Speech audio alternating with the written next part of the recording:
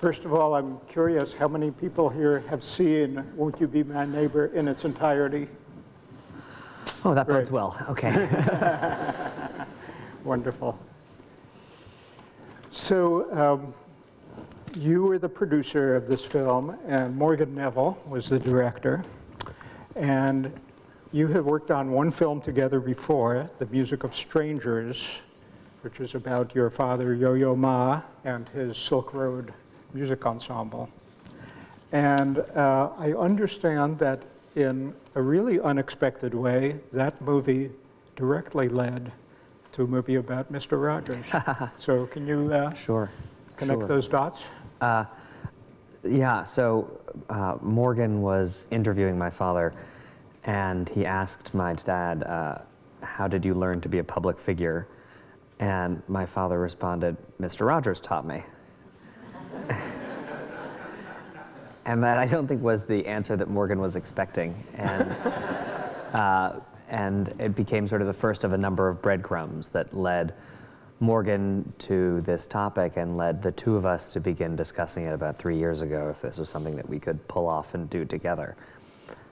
I love that story because I think it is one of those oddities that Mr. Rogers, Fred Rogers, appears seemingly out of the blue so often in our lives and in moments of tragedy or in moments of joy. I also like that story because I told it to my mother, and my mother sort of shook her head and she said, the only reason that your father knew who Mr. Rogers was because it was the only place I could leave you and your sister when I was making dinner.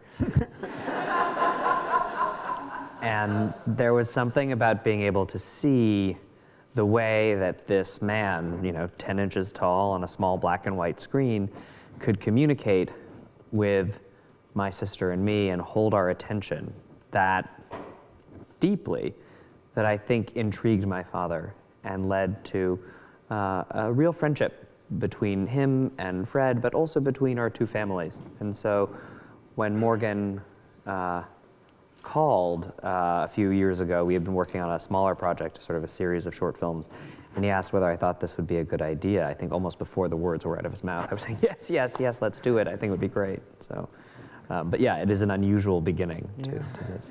Yeah.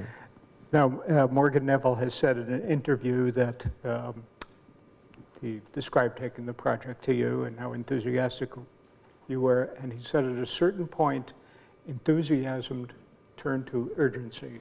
Yeah. So I'd like to hear what he meant by that. Yeah, I mean, I think we had originally conceived of it as something that was special to both of us. Morgan grew up, was born in 68, and so he was also first generation Mr. Rogers, and I was born a number of years later, and both of us sort of had that kind of sense of a personal connection to this man that we felt we were communicating with or communicated to through the television. I think at the time, in 2015, we thought this is a lovely thing, this is important, it'll be a lovely film. What we didn't realize, and I think what we've come to realize more and more, is just how broad his reach was. And as we started to talk to people about it, their enthusiasm started to propel us further and took something from what we thought would be a back burner project over 5 years and moved it to the front burner. And all of a sudden, we went and talked to Joanne, and we were fundraising, and with documentaries, generally you're looking for, scraps here and scraps there. For this, the number of people that came to us and said, how can we help? How can we help you make sure this film gets made was great. I think what really then sort of turbocharged the process, of course, was in 2016, the election happened. And I think the film took on a very different gloss, right? I think, the divisions that the election in 2016 exposed within our country, and that I think we've felt in sharp relief over the past 2 years, and continue to feel even after the election, this most recent election. I think those divisions pre-existed the election, clearly, right? This didn't happen overnight. But I think that that division made the commonality that Mr. Rogers articulated for us in what it meant to be a child and the way we approach children in childhood feel all the more resonant. And so after the election, it became, for us, even the urgency, as Morgan put it, enthusiasm really turned to urgency in that way. I think, yeah, I mean, I'm sure we'll talk about more of this later, but it even changed the way we edited the film.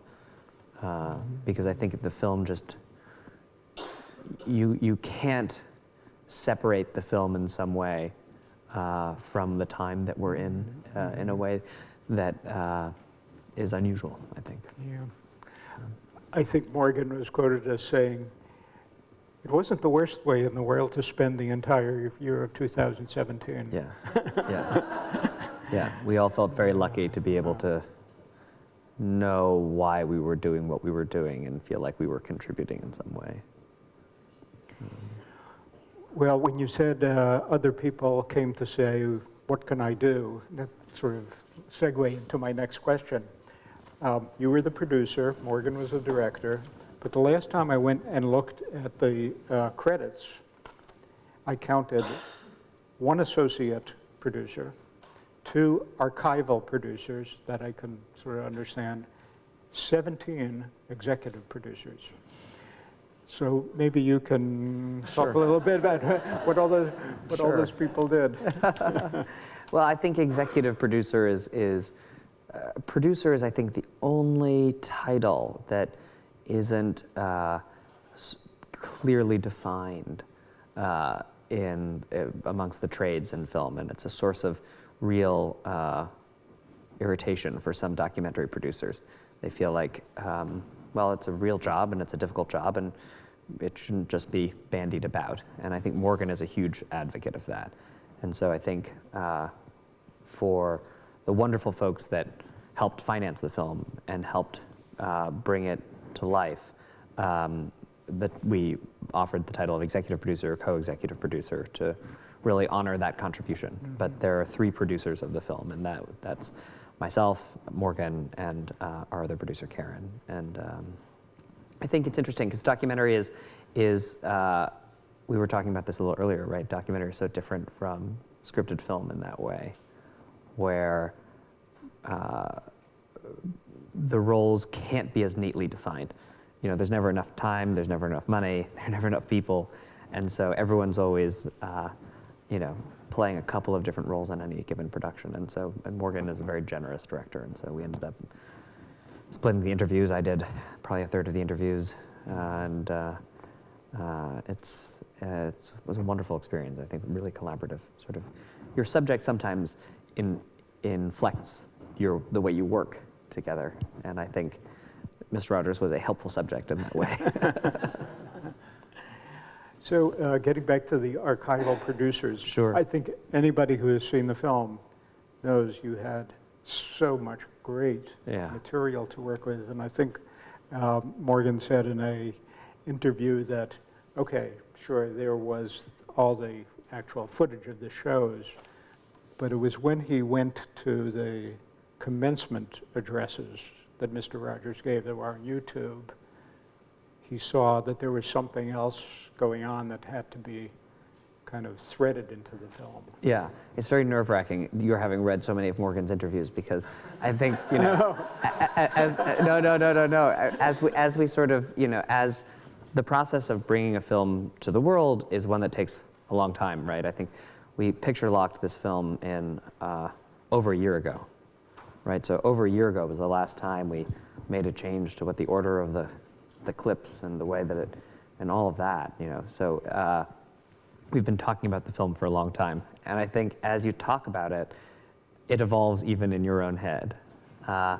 And I love the commencement speeches, but I remember a slightly different moment. And it was the first moment that I took Morgan to the archive, the Fred Rogers Archive, which is at St. Vincent's College in Latrobe, Pennsylvania.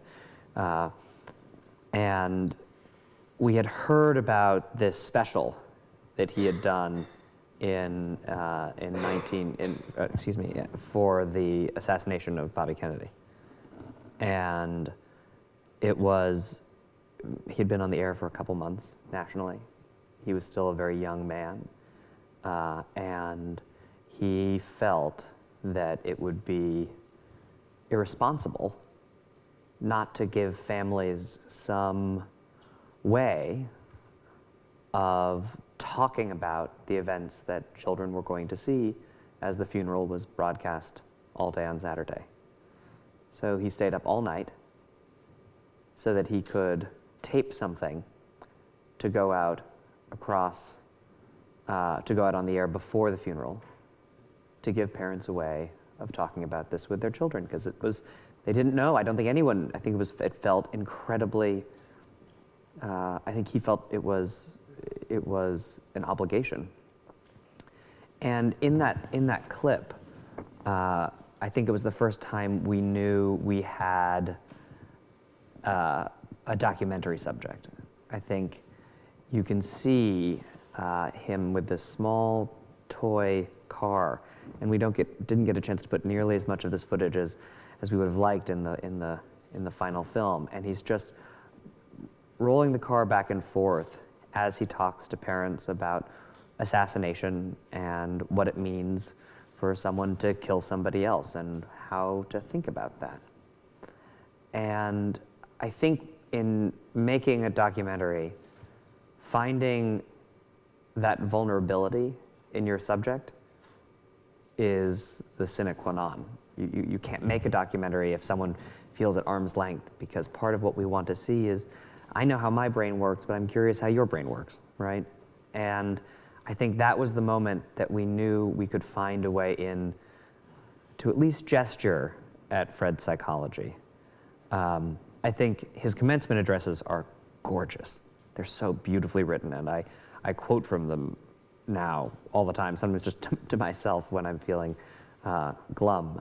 But I think the commencement addresses are the adult articulation of the philosophy that he brought to children, but in part because they're so well crafted, you can't get to them until the end, right? That Dartmouth commencement address, which is, when at the very end of the film, when he talks about those special people in your life and our lives, that's from that Dartmouth commencement address. That only makes sense, that we only feel, I think, emotionally entitled to that moment because we've seen the vulnerabilities that happened before, and I think those were the ones that were harder to come by for someone who was so incredibly fastidious with his work. Just as one small side note, he would re-record previous episodes, small little pieces of them that he felt were out of date. So as he grew and grew to see an individual's sex as being not determinative of what they should do, he re-recorded episodes where he would say a young girl becomes a mother and a boy becomes, a pilot, and he would flip them. And he would say, a young woman can become a pilot, and use that as a way of keeping his program as current with his own sensibility of what was necessary in the world. He wasn't afraid to change. And while he feels so static, I think, to so many of us, right, there's actually an enormous amount of work happening below the surface for that to feel as consistent across the board as it did. So it made it hard sometimes to look in the episodes and find that vulnerability, because he would go back and he would sort of edit it and scratch it out. So, yeah. Well, I think that anybody who has seen, frequently seen documentaries, you know that having a great, fascinating subject does not always guarantee a great, fascinating film. No. We've seen a lot of those films that miss the mark. And one of the things that was so impressive about this film, so much of the archival material woven beautifully together with reminiscences, but then there was a kind of an overarching through line that was like, what challenges did this person face? And forget whether it was you or Morgan who said this in a interview, that is he really that way? I'm trying to answer that question, that yes, he was, and he was somebody who thought deeply about things and had challenges that he worked very hard at.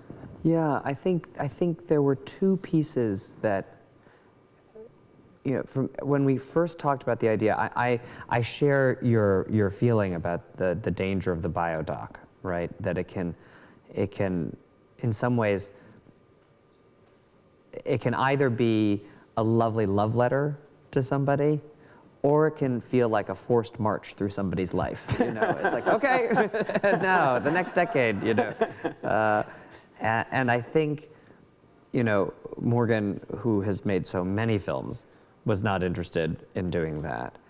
And I, who had known the family, was particularly not interested in doing that, because then so often what you have to do is try to excavate drama in someone's life and amp it up. And I think most of our lives don't really reflect, the hero's journey or what have you. Most of our lives sort of take place in strange ebbs and flows.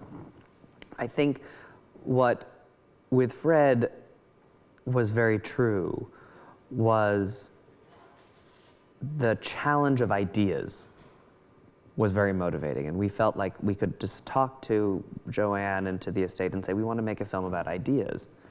And within ideas, there's an awful lot of dramatic tension with Fred, right? Mm-hmm. You watch, or at least I, when we were putting in these clips of what children's television looked like in various times, right?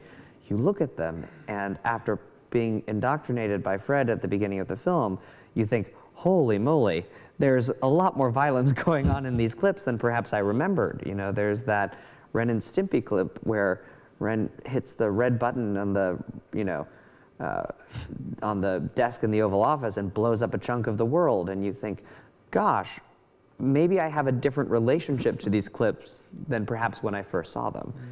Mm-hmm. Maybe when I watch Transformers through the lens of Mr. Rogers, I feel something different. Or even when I watch things like Pee Wee Herman's, Pee-wee's Playhouse, right? Which, a much beloved show for many people, but the speed of it and the sort of zaniness of it, you think, gosh, well, maybe I feel differently about it. And that tension, I think, is that secondary through line, in addition to the tension within Fred's own life, that helps allow us to make a documentary that really isn't a biodoc in a conventional sense, but I think, at least I hope, still has the kind of dramatic urgency that allows you to sit through, 94 minutes of a film.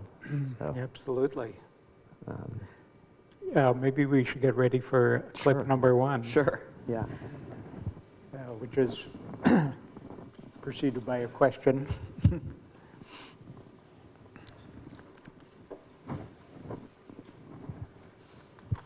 Okay, should I play it? Or do you want to? I'll ask you first. And okay, then yeah, please. Hit the play button. Now, Morgan Neville talked about,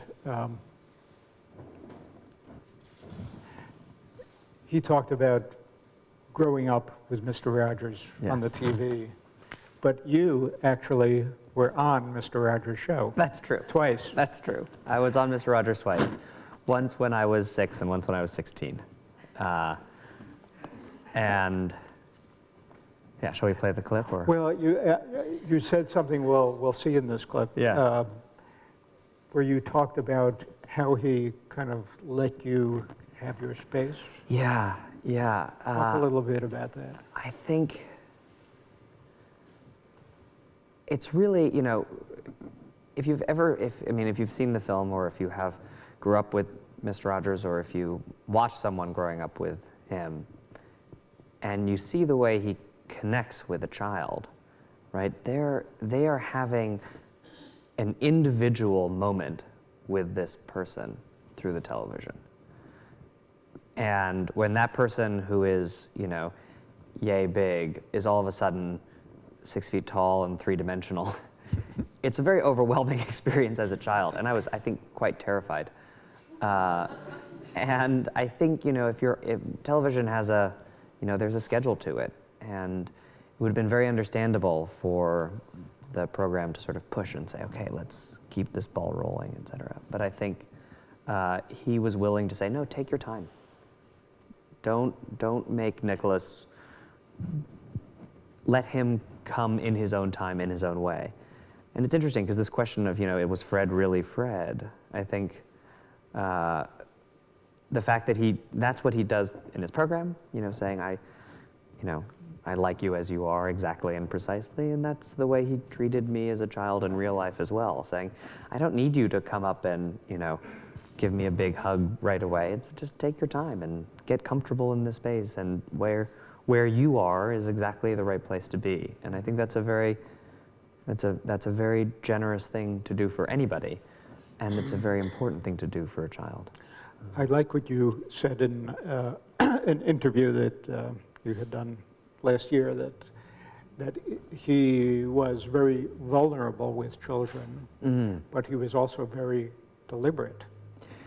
Yes. And that's a great combination. I think that's, yeah. And I think we often use being deliberate as a way of not being vulnerable, right, of sort of protecting ourselves, and he somehow managed to embody both of those things. Great. Well, let's see the clock. Okay.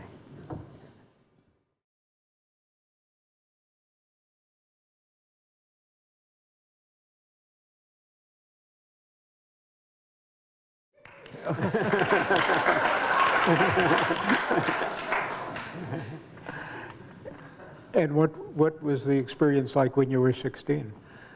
I think when I was 6, I was terrified of Mr. Rogers.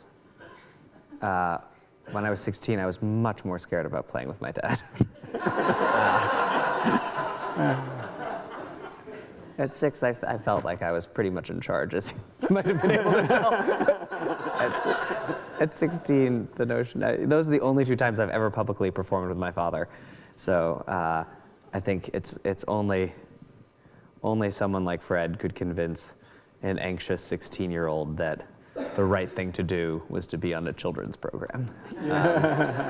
But he was very, very, he said, I think it's something you'll be glad you did when you're older. And I think that's very true. I don't know, I think in some ways doing it that second time was my entry point into Fred as a thought, as someone who was a thinker, and not just a friend, in the way that we feel him as a friend as a child. At 16, all of a sudden, it's the first time I looked back at him and thought, oh gosh, there's something here that's more than just that, yeah.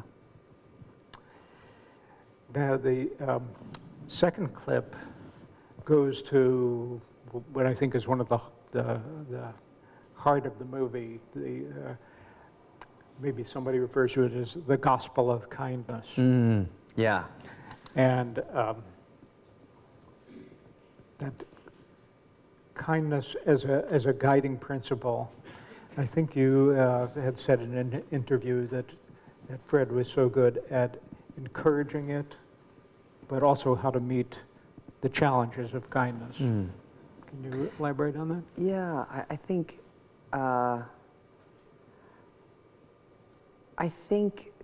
kindness often gets a bad rap as being weak and as being something that is about ceding your strength to somebody else. And I think Fred saw it in a very different way. He saw kindness as an act of extraordinary strength and saw its presence or its absence as being the greatest explanator of why people behave the way they do, kindness and love. And so I think understanding that was I think, a huge part of our process as filmmakers to sort of figure out how do you talk about that, because, and this is again comes back to I think the question of this taking on a new kind of urgency. It would be easy to talk about that somewhat cavalierly if everything were going well. And also, we should remember to be kind, and that's great. And I think it's only when kindness is hard that we see its true nature and its true essence. And I think that that was a big part, of what we wanted to, of the story we wanted to tell. And a story that, documentaries, if documentaries ever seem like they're really well timed, you can be sure it's an accident, right? They take so long to make that you're never quite sure what the world's going to look like when it comes out. And, this is no exception in that way. But I think we realized that we had to take another pass over the film as we were getting towards the end in 17, trying to say, okay, wait a second, how are people going to receive this film now? And how do we make sure that we, even as we try to make a film that can stand on its own completely, how do we make sure we're responding to what people are going to feel going into it? Does that make sense? Very much. It must have been very painful to make these decisions about what to cut out of the film, having so much great stuff to work with. We cut it in a way that minimized that pain a little bit, because I think the two editors and Morgan and I and Karen sat down at the very beginning of the edit to sort of say, well, what are the things we know we want to put in the film, right? What are the things that it would just be terrible not to have? And we cut those scenes and we sort of stitched them together, and there wasn't a lot of space left, So I think often when it's less clear, when someone's less articulate, you don't quite know what scenes are going to sing, and so you cut a lot of scenes. And so an assembly might be 3 hours, might be 6 hours, right? I think our first assembly was under 2 hours. So the final film was 94 minutes. So there was a lot of thought that we were able to put in before we started cutting. But at the same time, there are things that go on the cutting room floor that are just, you wish you could keep it. I mean, I would say, I mentioned at the beginning that RFK footage, right? It is, I found him so captivating in that moment, but we couldn't afford that much time to focus on that moment. There were other places we needed to go. So, or the other thing that I think people often mention that one of the things that I remember, he did all of those little sort of outings to talk about the crayon factory or how people make different things. And that was another area where I think those are some of the moments that for many people who grew up with Fred were so vivid. That's how crayons are made? Oh my gosh. And we just didn't have the time to go there, and it didn't again fit with this notion of how his ideas and the society he was living in came together and then started to drift apart. So. Well, as I said, that this is what makes it such a strong film, that there is a central idea and that everything is feeding that. I guess you could have 10 hours of extras on the DVD. That would have been. They actually didn't let us put any extras on the. We had extras we would have put on the DVD, but we didn't get a chance to. So. Well, do you want to set up this second clip? Sure. Yeah, I mean, this is from the very opening of the film, and I think the beginnings of films are tricky, particularly with documentaries, because you need to set the table really clearly, but you want to do it in a way that feels a little bit seamless. And if you watch, I may be doing a disservice to myself and other filmmakers, but if you watch most documentaries, you'll hear 6 people generally. It'll go bang, bang, bang, bang, bang, and all 6 people will say exactly the same thing in a slightly different way to tell you this is what the movie is about, right? And that's great. I think we wanted to. I think we had the luxury of Fred and a little bit of humor to do it for us in a nicer way. Shall I? Yeah, let's do it.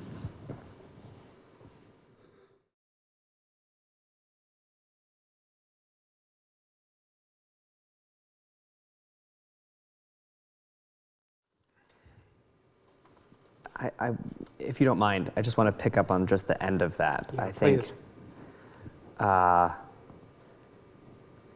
There are we were trying to sort of thread together 3 ideas, right? One is obviously this notion of love. One is this notion of television and the sort of shoddy television piece of it. But the last piece that I think often gets obscured in this thinking about love is what we see and hear on the screen is part of who we become. And I think that while love being at the root of everything was Fred's credo, this notion of what we see on the screen was his methodology, right? Saying, okay, so if I believe that love is at the root of everything, here's how I'm going to do it. And that's the question that I think we are asked to contemplate, both by Fred, but also hopefully a little bit in the film. What do we choose to see and hear? And how does that shape who we are? And how do we take decisions that seem to be made almost before we can think about them and bring them back into ourselves as questions that we're in control of, you know? And I think that that's, at least to me, that's so essential, you know, for Fred and for where we are right now as a country.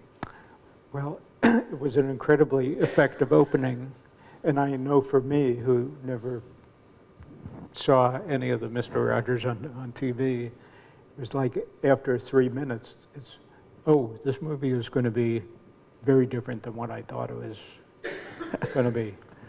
So, well, thank you for saying that. That we were worried. No, because we really were worried about that. That was, I think, a fear, you know, that people would feel like it was going to be just a pure nostalgia fest, you know. That's a fine thing, but that wasn't. Yeah. I think that might account for the incredibly strong audience response to this film.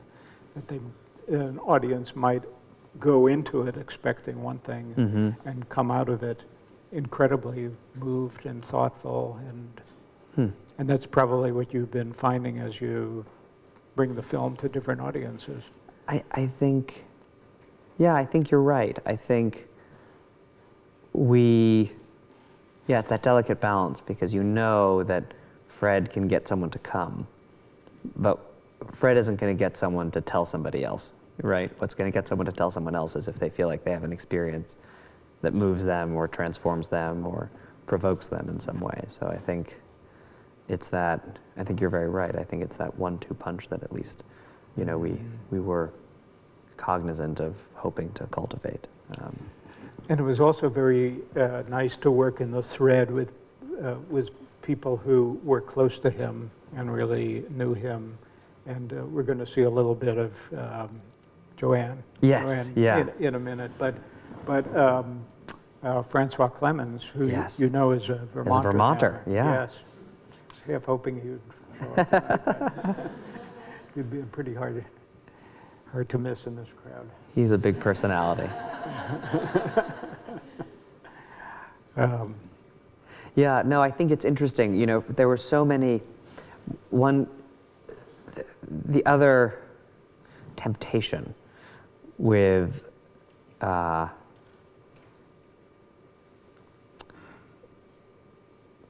celebrity tributes, right? Always feel like people are getting their money's worth. You know, it's like, okay, look, I saw these 7 famous people, and now I know that they did their work as a documentarian. I think we wanted to keep it intimate, and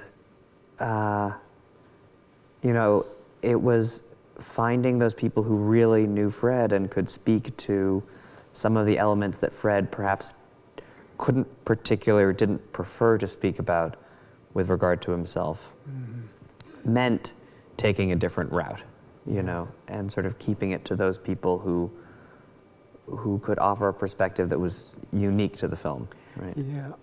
I don't know whether this is stated in the film or whether I read this in an interview that Joanne gave, but she was very clear. She said, "Don't make him a saint." Yeah. It was not in the film, but I think it's certainly something that Joanne has said, Morgan has said, I've said. She was very clear about it from the beginning. She said 2 things. The second thing she said is, I don't know why you want to make a film about Fred. We always thought it would be the most boring film ever made. He was a very regimented man. He woke up at the same time every day, even irrespective of time zones. When he would go to California, he would wake at the same hour, East Coast time, in California. And so, you could understand why that wouldn't necessarily seem promising fodder for a documentary. But I think, and that, again, it comes back to this question that I think you so thoughtfully raised at the beginning of how do you construct a narrative that allows you to move past the quotidian and into something that is provocative but not biographical in the same way. Yeah, and Joanne's such a spark plug too. She's a great character. Yes. Yeah. Well, we're going to see about a minute of her right sure. now. Yeah. And is there any setup to this, or is it just a really terrific story? I mean, I think it comes back to what you said about not making him out to be a saint. That I love Fred, and I could talk for hours about how wonderful I think he is, but he was a person. And Joanne and he were a wonderful couple because they both saw that in each other and took delight in that in each other. And I think this clip tells you a little bit about her perspective in that regard.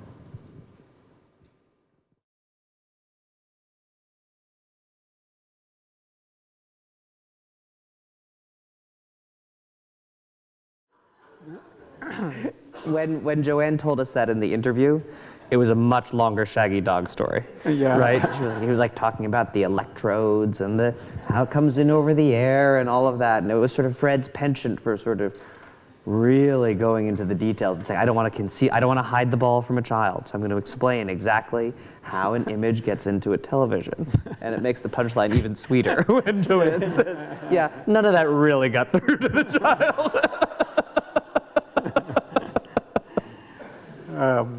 I just heard this week that Tom Hanks is going to play Fred Rogers in a new film. Yes.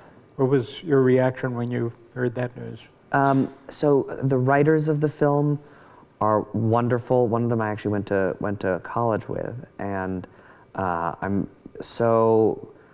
think there can't be too much Fred in the world right now. So I'm on board. I think it's an interesting challenge. I met with the director, who's really phenomenally talented, wonderful female director, and this question of, I mention that only because I think in general directing has been a very male-dominated sport, so it's wonderful to see talented directors getting exciting opportunities. I think it's hard. It's hard to tell a narrative story about Fred that stays within the confines of the facts of his life. And I think they found an interesting way of doing it. Actually, Tom Junod, whom we interview in the film, was the inspiration for the way that they structured their script. It's not actually Tom, it's a different character, but I think they found a clever way in. But it's not an easy thing to do. And of course, Tom Hanks has a similar kind of you know, if Fred is everybody's neighbor and Tom is everybody's dad. So, yeah, exactly. But I think it's wonderful, and I think it'll be exciting to see.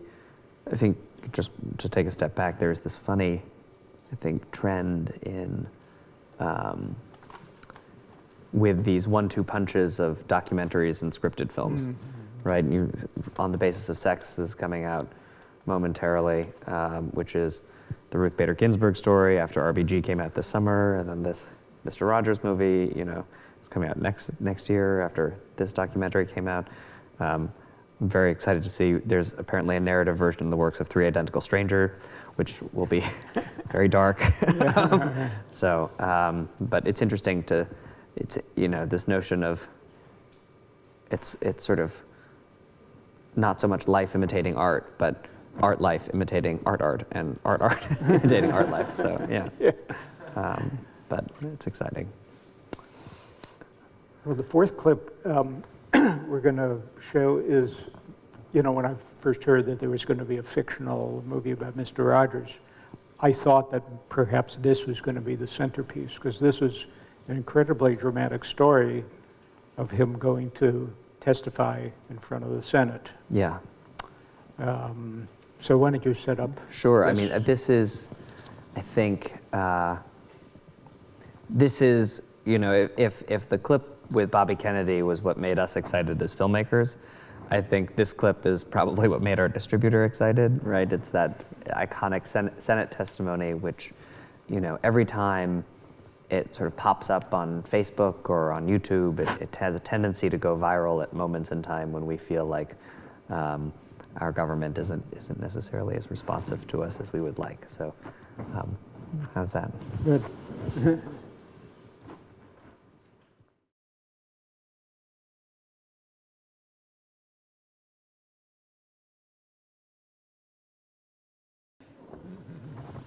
I think in a way that clip both reflects the problem we had in editing it, but also the promise of the documentary. You don't want, well, we didn't want to make something that's hectoring. And, you know, Fred, this is iconic testimony. You know, people, this is not, we weren't sort of sleuthing around to find this. Yeah. And Fred wasn't speaking to our time. He was speaking 50 years earlier. And I think that's the problem, right? You know, you don't want to make a film where people feel like they're not entitled to watch it unless they share my view or Morgan's view or Karen's view on the world. But I think it's also was the promise that we hoped we could fulfill, which is to express something that is so fundamental and related to someone who's so universal that those ideas could feel organic to all of us. And we have screened this film all over the country, from Kings Mountain, North Carolina, to St. George, Utah, to Columbia, Missouri, San Francisco, here. And in this moment where I feel like, and I think many of us feel like our country feels so divided, the reaction to the film has been so consistent. And that gives me an awful lot of hope,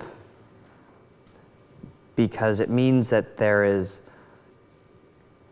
are some fundamental things that join us together that we may not want to acknowledge, not be able to acknowledge, not even, and even perhaps have forgotten ourselves, but that are still very present and very real.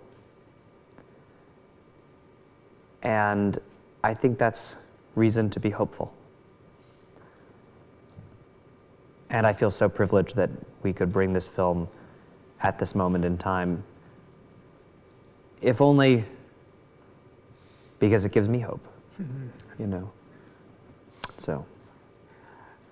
There is something about Senator Pastore that I just learned in the last few days. I don't think it was in the film, but it might seem a little watching this clip like, oh, wouldn't it be great if life were like that? You make a convincing argument and somebody says, oh, yeah, you're right. That Pastore came from poverty in Rhode Island. During the Great Depression. And his father died when he was 11, and he wound up taking care of his younger brothers and sisters. And it turns out that was a large part of why he was able to relate. And if these facts are right, that that he and Fred continued to have a relationship. They continued to correspond, and actually Fred continued to correspond with Senator Pastore's son. There's another sort of side note to all of that, which is Senator Pastore's grandson was a fan of the show. And Senator Pastore's son called him up the day before the testimony and said, "You got to do what you got to do, Dad. But I want you to know your grandson loves this guy." So there were some behind the scenes, maybe some behind the scenes horse trading. Do you want to see your kid at Christmas? Your grandkid at Christmas? I don't know exactly what it was, but I guess that was a wise decision to leave that out of the movie. But I think yeah. Anyway, I have one more question, and then we can open it up to the audience. And an interview that you gave last year. That this is really a second career for you. Oh yeah. If not a third, I don't know. But you said something that you had reached a moment when you asked yourself, what provides me the most meaning? And I had always loved film, and I made the transition 4 years ago. Yeah. So I'm curious to know, what is it about film that provides the gratification and meaning that you were perhaps not getting as much as you wanted? Sure. You know, I think, so I've spent the first 10 years of my life in business and politics, and I loved those 10 years, and I couldn't do what I'm doing now if I hadn't spent those 10 years. So, but film is sort of a beautiful contract in film, where you get to say to someone, give me an hour and a half of your time and let me conjure a full world for you, right? And in documentary, you're conjuring a world that exists or existed. In scripted film, it can be truly fantastical. But there is a kind of, it's a huge onus to take that on, but it's also an extraordinary privilege, because it's a medium that I think we all engage with every day in so many different ways. And there's something very honest, I think, in filmmaking where that transaction is explicit, right? When you sit down to watch a film, you know you're going to be manipulated 6 ways till Sunday, and you're saying, I'm in for this ride. Show me what you got. And I think there's something beautiful about that. I think the other thing that I don't think I knew at the time, but that I feel very deeply now, is the power of duration, right? And I think this is something that film and music share. In politics and certainly in the business world, faster is better, right? You're always trying to, the duration of something, if you can get it done faster, that's better. You can't watch a movie fast, right? You can't listen to a piece of music at 4 times the speed. You just can't. And there's something about life that is essentially durational, right? It's the one thing that we can't change. We live it moment to moment. And I think it allows these durational forms to reach us in a place which is deep and authentic. And I think it's a real privilege to spend time in that medium for that reason. Well said.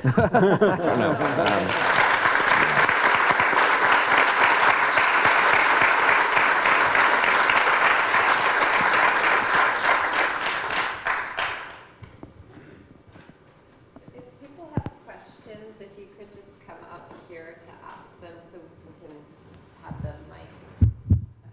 Great, and if you can't get out of your seat, and if you wanted to raise your hand. And if you don't have questions, that's fine too.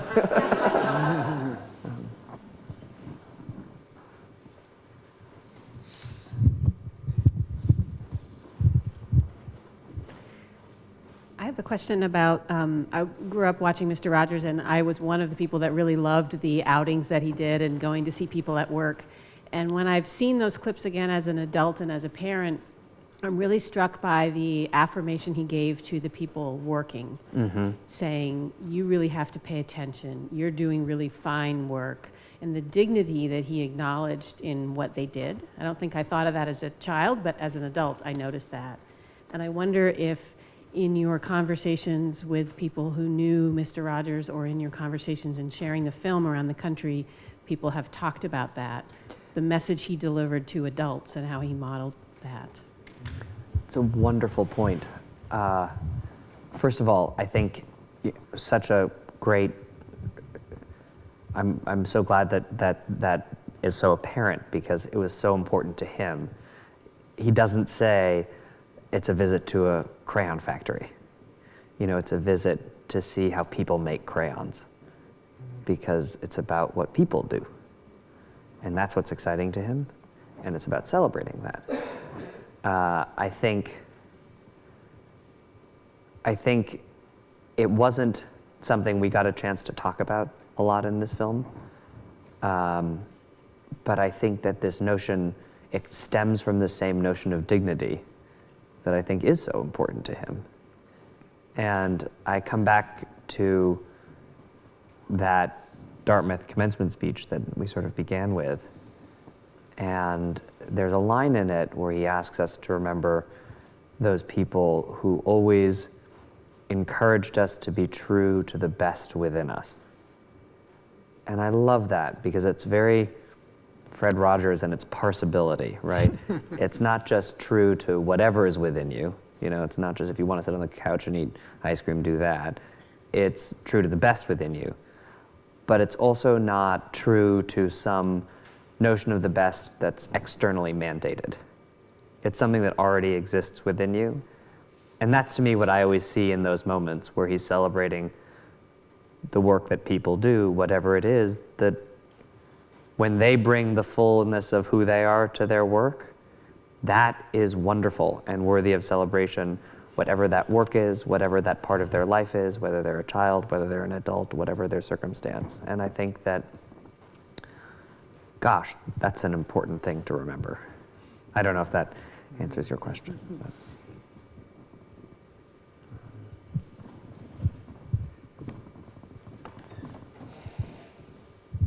It bothered me when we saw the backlash, and I would like you to elaborate on that a little bit, but that just made me sad.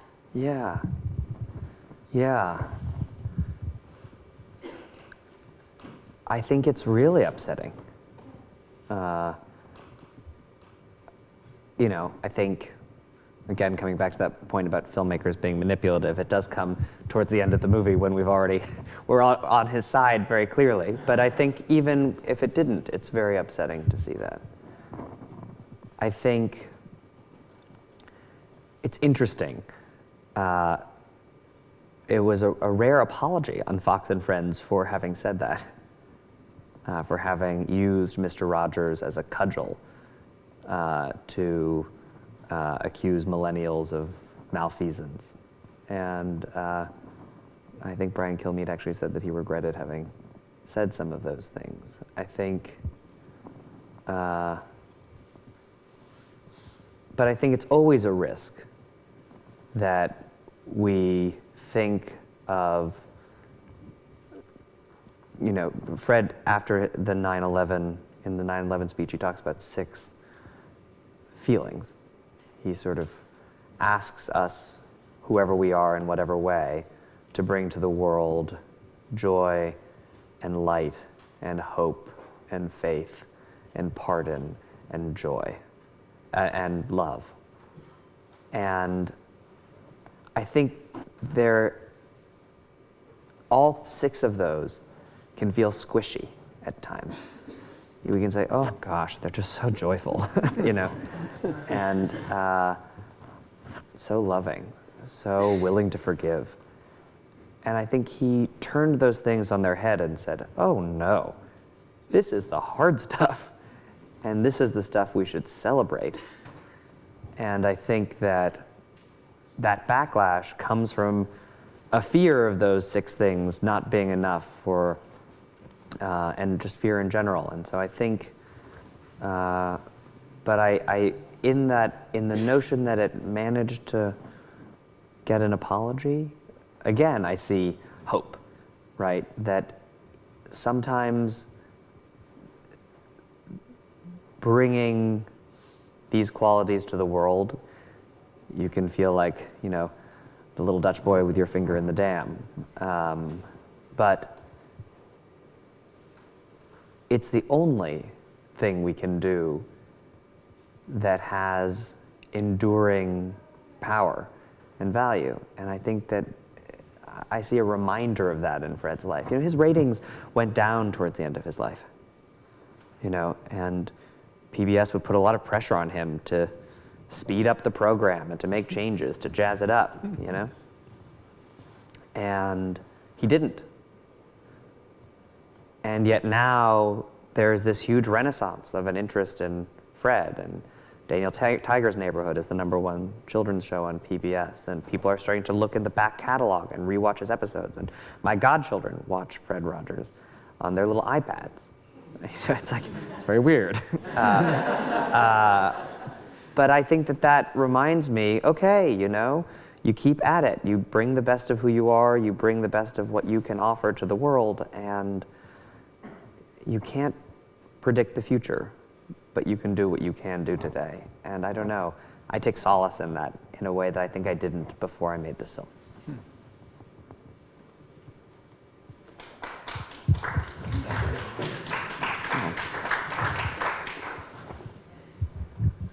Okay, I'll come up a little bit. So, one, I wanted to tell you that right before I came here, I watched the documentary. Okay. We got home. We're like, okay, if we have dinner ready at 5 o'clock, we could watch the show and be there in time for 7. And so, there's so much that I'm experiencing now from having watched the video and from watching the movie and realizing how much of my childhood is Mr. Rogers, and I didn't know how much of that had stayed with me. And so can you say your statement again about what you watch is who you become? Yeah. What we see and hear on the screen is part of who we become. I feel that is so true, and I'm just thinking this has shaped me and who I am and how I see the world. And I just want to thank you. And maybe as a parent now, I'm more aware of what my children are watching and how it's going to shape them. Excuse me, sorry. I feel like this came at a really pivotal time in my life, and I want to thank you very much. Well,